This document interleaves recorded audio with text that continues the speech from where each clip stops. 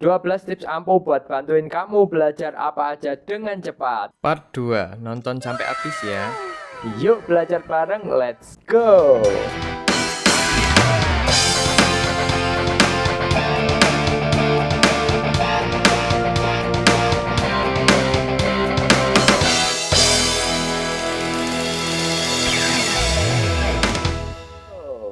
Hai bro, kita bakal bahas soal belajar nih. Seriusan deh. Belajar itu kunci utama banget buat aku dan pastinya buat kita semua dari sejak kecil. Oke, jadi di video ini aku bakal bagiin 12 tips yang super membantu buat belajar apa aja dengan cepat. Kamu bisa coba praktekkan satu tips setiap bulan dan lihat hasilnya di akhir tahun. Jangan lupa komen progres kamu di bawah ya. Kita mulai segmen kita. Belajar kelompok biar pengalaman langsung ke inti ya guys ya. Tips nomor 7 ini sih soal overlearning ya guys. Nah, over berarti berlebihan dong, berarti buruk dong. Nah, tunggu dulu.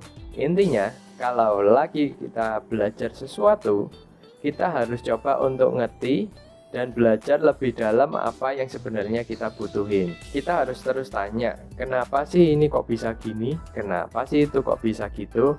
Misalnya nih, kalau aku lagi belajar main keyboard, jangan cuma fokus di jari-jari aja guys, tapi juga kita ngerti teknik keyboardnya, biar kita lebih ngerti alasan kenapa kok kita main chord seperti ini, dan teknik yang lainnya ya guys. Kalau kita ngerti alasan dibalik sesuatu itu, kita kadang jadi lebih ngeh ya, oh iya ya, aku alasannya belajar ini karena itu. Dengan alasan seperti itu kita akan jadi lebih semangat lagi dalam belajar. Oke, tips nomor 8 tentang spacing. Jadi kalau kita belajar sesuatu, kita harus terus sering ulang-ulang supaya kita nggak lupa. Nah, ingatan kita kan tentang suatu hal kan sering kali menurun ya guys, kalau kita nggak pakai terus-menerus gitu ya guys. Kayak otot, kalau nggak dipakai, ototnya bakal bisa jadi kecil. Nah, jadi kita harus sering latihan atau mengulang supaya ingatan kita tentang suatu hal tetap terjaga. Oke, tips yang nomor 9 ini switch up. Nah, kalau kita belajar atau latihan sesuatu, jangan cuma fokus di satu hal aja terus-menerus ya. Kita harus coba variasi biar nggak bosen dan tetap tertarik untuk belajar atau latihan nih guys. Misalnya nih kalau belajar keyboard nih ya, kita coba dengerin musik yang tentang ada permainan keyboardnya di situ.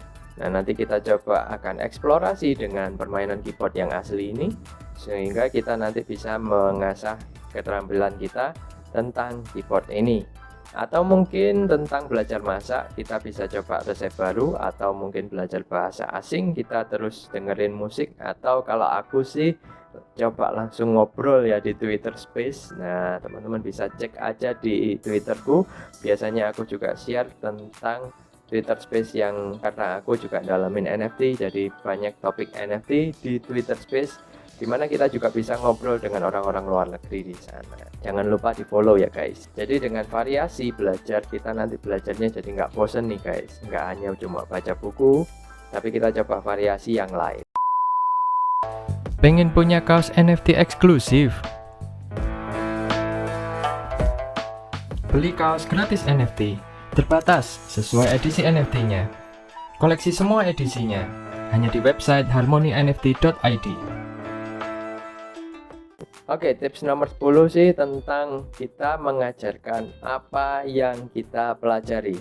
Nah, ini topik yang keren banget. Kapan-kapan aku akan bahas di video yang terpisah. Kita bahas secara singkat dulu. Jadi kita nggak harus jadi ahli untuk kita bisa ngajarin orang lain nih. Kalau kita lagi belajar sesuatu, kita bisa ngajarin orang lain yang baru mulai belajar juga loh.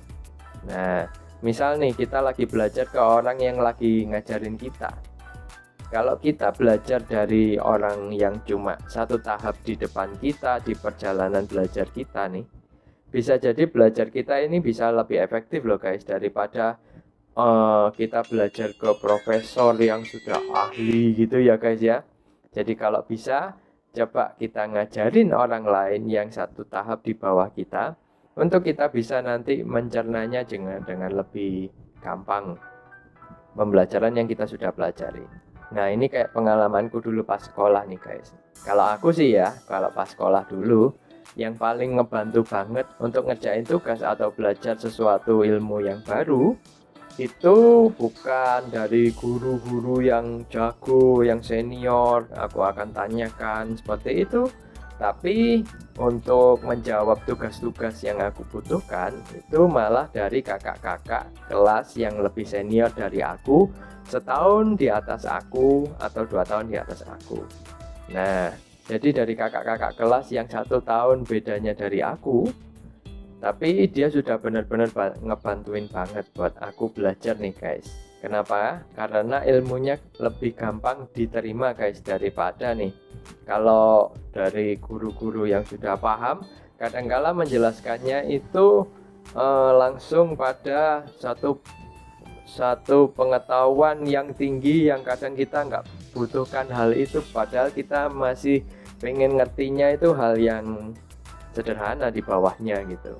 Nah, itu kadang-kadang kakak kelas itu sangat membantu untuk mengertikan hal itu, ataupun membantu untuk mengerjakan satu tugas dalam hal memberikan panduan ya guys ya, seperti itu.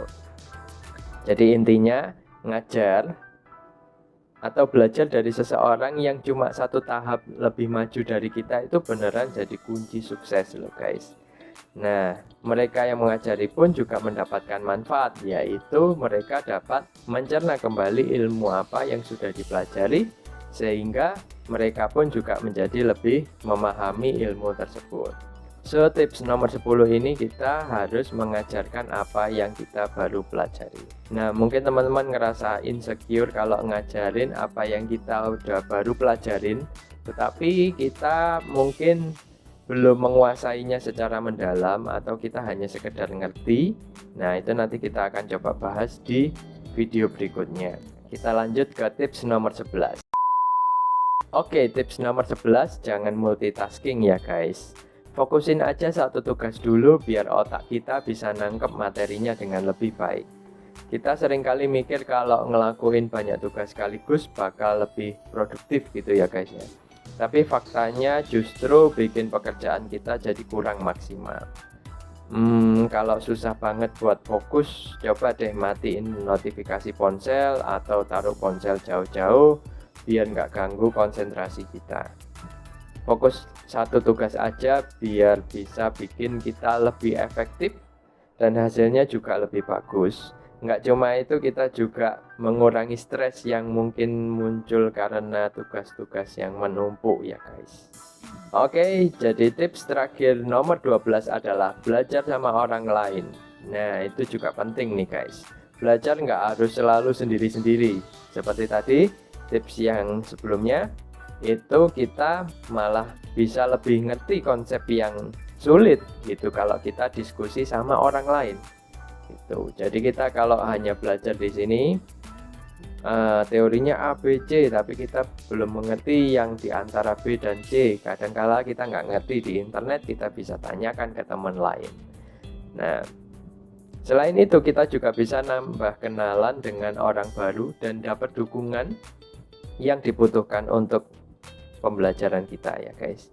Jadi kayak kita di sini nih guys, kita belajar kelompok. Oke, kedepannya aku akan bagikan di grup Telegramku jurus-jurus buat meningkatkan produktivitas kita yang lagi eksis di dunia digital. Nah, pantengin linknya di kolom deskripsi ya guys.